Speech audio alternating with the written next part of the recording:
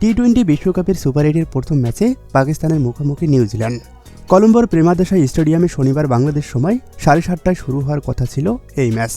আবহাওয়ার পূর্বাভাস অনুযায়ী এই ম্যাচে হানা দিতে পারে বৃষ্টি, কেননা শ্রীলঙ্কার আবহাওয়া কিছুদিন ধরে একথাই বলছে। সুপার 8-এ ইংল্যান্ড শ্রীলঙ্কা ম্যাচেও আছে বৃষ্টির শঙ্কা। অবশেষে আবহাওয়ার পূর্বাভাসই সত্যি হলো। টসের সময় থেকেই গুড়ি গুড়ি বৃষ্টি পড়ছিল, এরপরেই বেড়ে গেল বৃষ্টির মাত্রা। অপেক্ষা করা হলো 2 ঘন্টার বেশি সময়, কিন্তু তাতেও সম্ভব হলো না দুই দলের খেলা। পয়েন্ট ভাগাভাগি করে সন্তুষ্ট থাকতে হলো পাকিস্তান ও নিউজিল্যান্ডকে। স্থানীয় সময় রাত 9টার একটু পরে ম্যাচ পরিত্যক্ত ঘোষণা করেন আম্পায়াররা। দুই দলই পেয়েছে 1 পয়েন্ট করে। সমর্থকদের প্রশ্ন, পয়েন্ট ভাগাভাগিতে কার লাভ আর কারই বা ক্ষতি? সত্যিকার অর্থে পয়েন্ট ভাগাভাগিতে দুই দলের জন্যই ধাক্কা।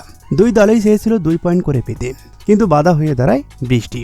যেহেতু কোনো বলেই মাঠে গড়া নেই, তাই নেট রানের হিসাবটাও এখন কাজ হচ্ছে না, যার প্রভাব পড়তে যাচ্ছে দুই দলের পরবর্তী ম্যাচের ওপর। অর্থাৎ পাকিস্তান নিউজিল্যান্ডের যে কোনো এক দলকে এর জন্য ছিটকে যেতে হতে পারে, যা অনেকটা নির্ভর করছে তাদের গ্রুপের পরবর্তী ম্যাচগুলোর উপর।